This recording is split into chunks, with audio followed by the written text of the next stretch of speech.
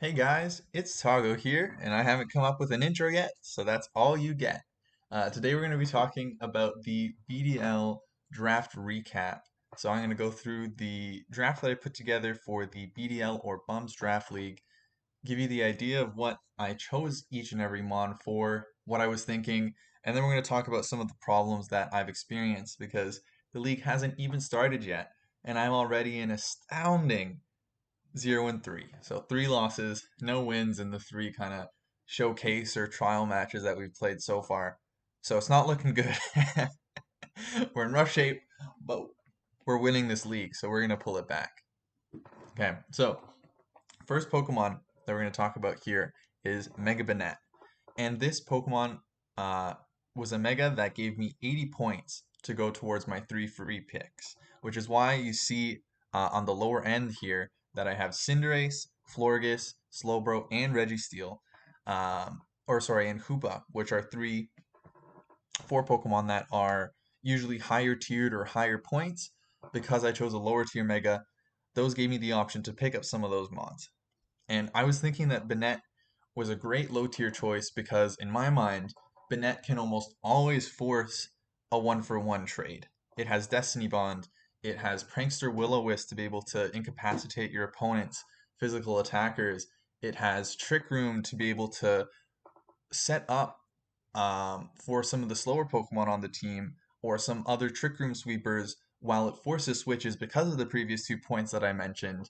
And then you would normally think that Dark types completely counter it, but when you have Infestation alongside Imprison and Toxic or Destiny Bond or anything like that, you can get in a situation where you're actually in a really good position versus those Dark types and still forcing a one for one trade. It also has a really good attack stat, which is criminally underrated in my opinion, given how good ghost types have become in the current meta, although its coverage is pretty lacking in only having ghost and dark uh, really on the offensive side, and so almost getting completely walled by defensive dark types. But you're going to see that defensive dark types are a problem that this team has through and over again, and so we're going to move on to the next Pokemon. Gliscor. This was my first pickup. This is one of my favorite mons to use, even if I have never used it in a draft league before. And that's partly because of the Toxic Heal ability.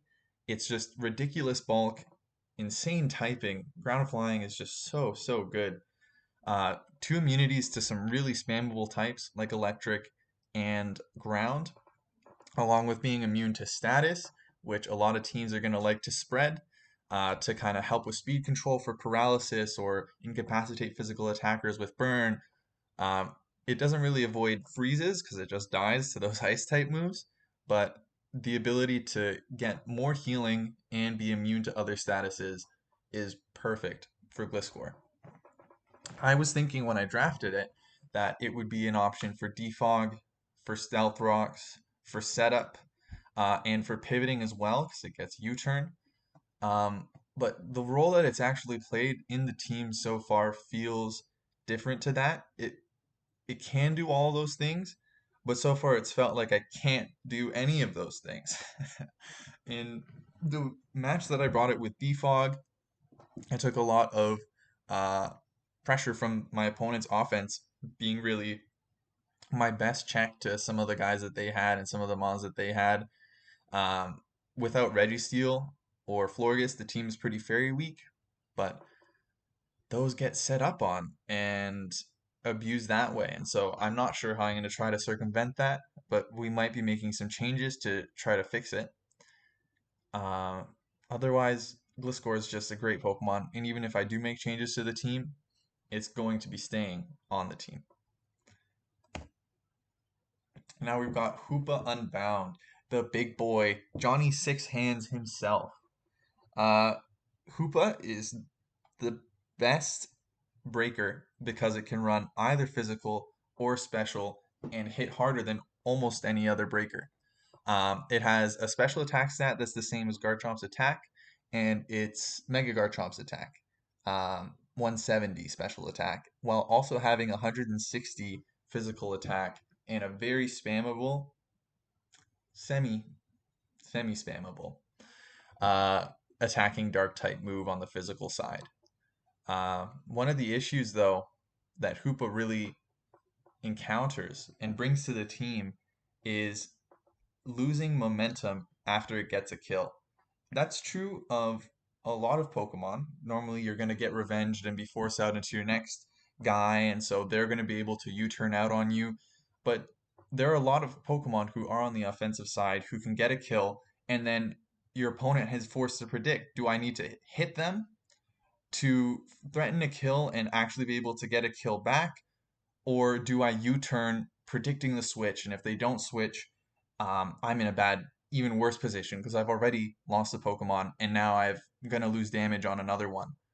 But with Hoopa, there's no indecision between the two, especially after a Hyperspace Fury, spammable physical Dark type move. You drop your already really low defense, then you get hit by a 4 times effective physical U-turn, and the calcs are not pretty at any point. It just gets absolutely bodied by this move. And so the Pokemon that you switch into takes that U-turn chip, takes rocks or anything like that chip, and then your opponent gets to send in the next threat. And so that is looking like it's really going to be uh, an issue for this team to deal with, because the ways that I can get back momentum, I was thinking would be really, really solid with Gliscor U-turn, Banette being able to try to force switches itself and then maybe take advantage of that, Slowbro teleport, Volt switch on either Lantern or Vikavolt, U-turn on Venomoth. But a lot of these guys haven't had the offensive presence as of yet. Maybe I haven't been using it right. Maybe I just need to give it a little bit more of a chance. But that's just the way that it's felt so far. Either way, though, Hoopa is going to be a threat. It's going to be the biggest threat that my opponent preps for at any given week, I'm sure, which probably makes it less valuable, honestly, but we're going to try to make it work.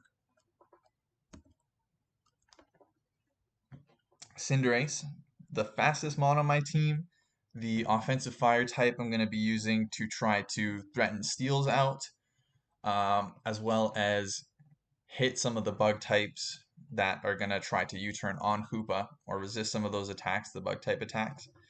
Um, there's not much to say about it. I don't think that I'll be able to bring it in the utility role with court change very often, if at all. So most often it's going to come banded to try to break alongside Hoopa, scarfed maybe to try to clean up the game because it's one of the few Pokemon I have that can actually act as cleaners, or hmm, I'm not thinking of any other role that it can really play here. It's either going to be a banded breaker alongside Hoopa, scarfed, or just heavy duty boots trying to pivot in and out, get other Pokemon in, and really have momentum go in my favor. I think that it's a solid pickup, given its 119 speed tier. It's decent attack stat. It's not doing the most damage, but it's definitely serviceable. And just having a offensive fire type is really beneficial for any team. Its weaknesses are also pretty well covered, given that it's weak to rock, ground, and water. Gliscor covers the rock and ground weaknesses. Even if it doesn't resist rock, it takes those hits really nicely. And then you have 3 water types so far on the team to take those water type attacks. So hopefully it's in a position where it's able to get some work in, and we'll just have to try to build teams around it for a couple weeks and really get it to put in some work. Floorgas is a mon that I picked up early because I wanted a fairy type that could defog, so I could take away the necessity of that role from Gliscor.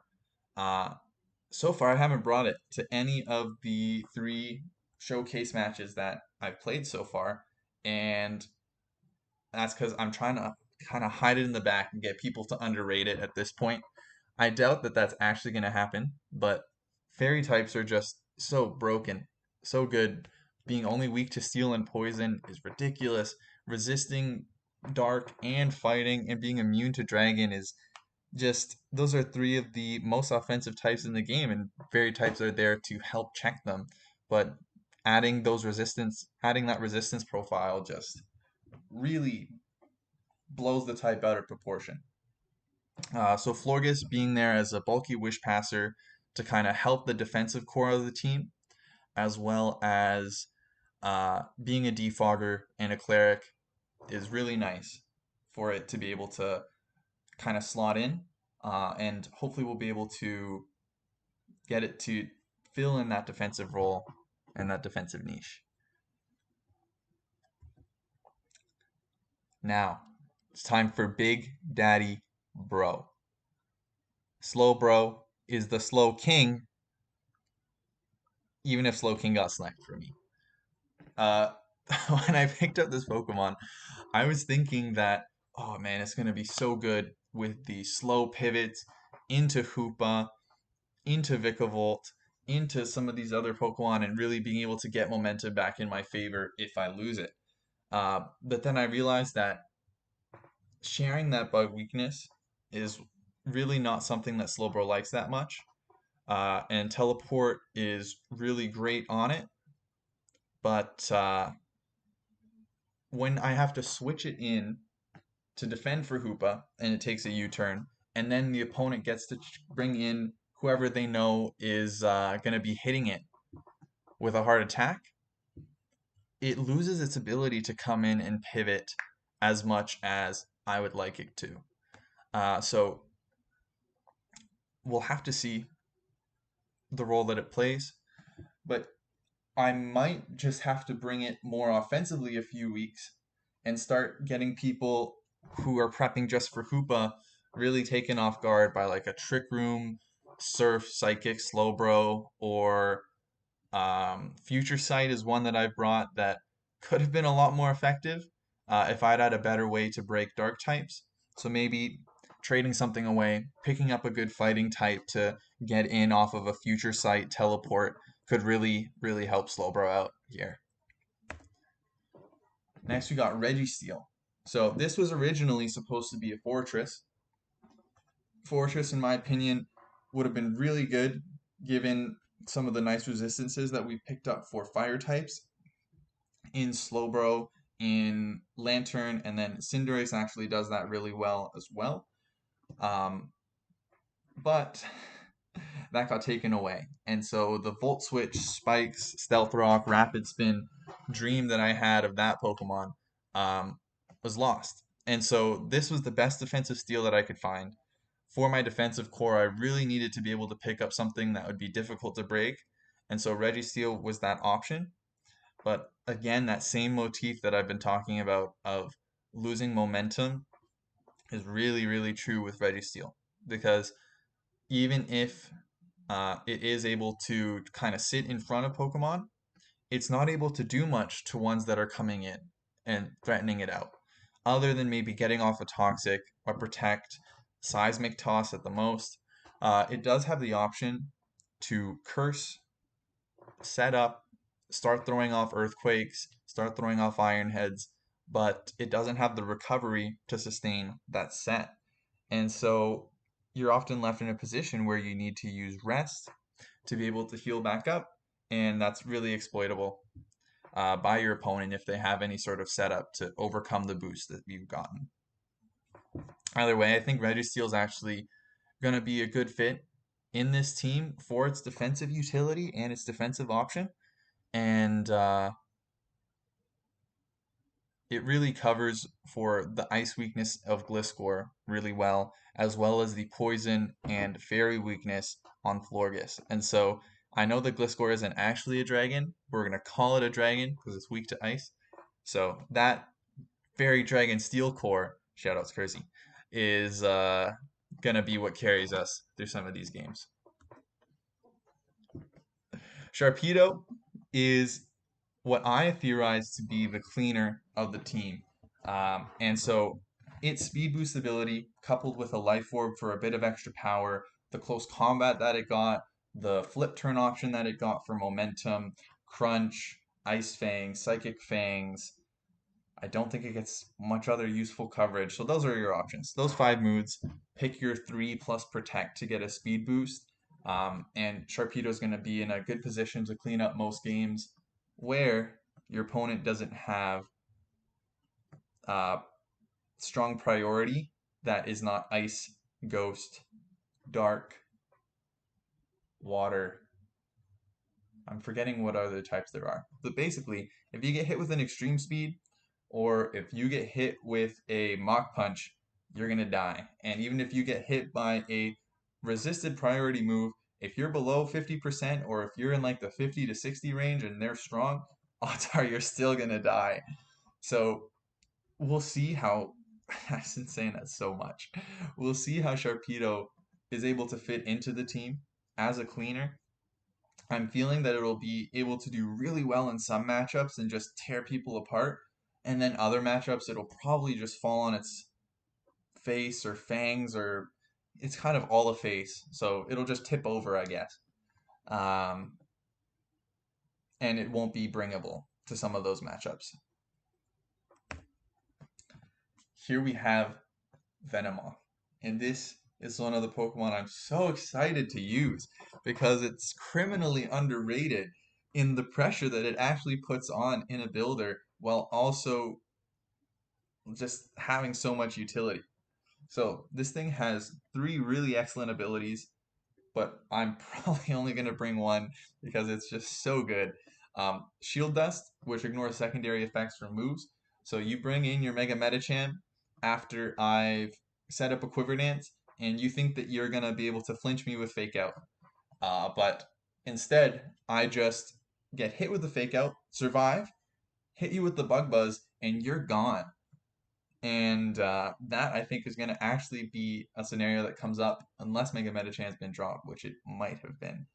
Uh, but that was what I was thinking as I was picking this guy up. The other ability, Tinted Lens, is the one that's probably going to be brought every week because having resisted attacks be doubled in power is basically having unresisted attacks unless you're facing a 4 times resist. And so even flying types, even steel types, even um, what else is this bug? It's literally everything. How can I not think of this? Even other types that that resist bug are still going to be getting hit neutrally, and when your quiver dance boosted, or if you can threaten to put them to sleep with a sleep powder or something like that, you're in a position to really just take a game over in the end game and be another cleaning option. And so I think these two guys as low tier cleaning options in Venomoth and Sharpedo are going to be really great.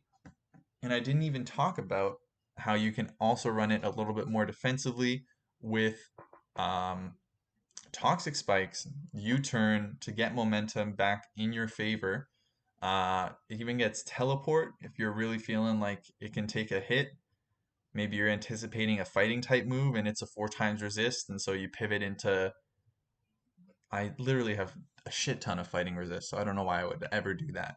But anyways, Venomoth is gonna be great.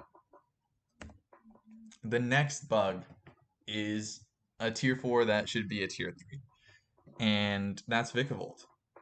It is really a cornerstone of the team with sticky web support because other than Cinderace, Venomoth, and Sharpedo, I guess Scizor or not Scizor, Gliscor as well, you don't have a lot of speed here.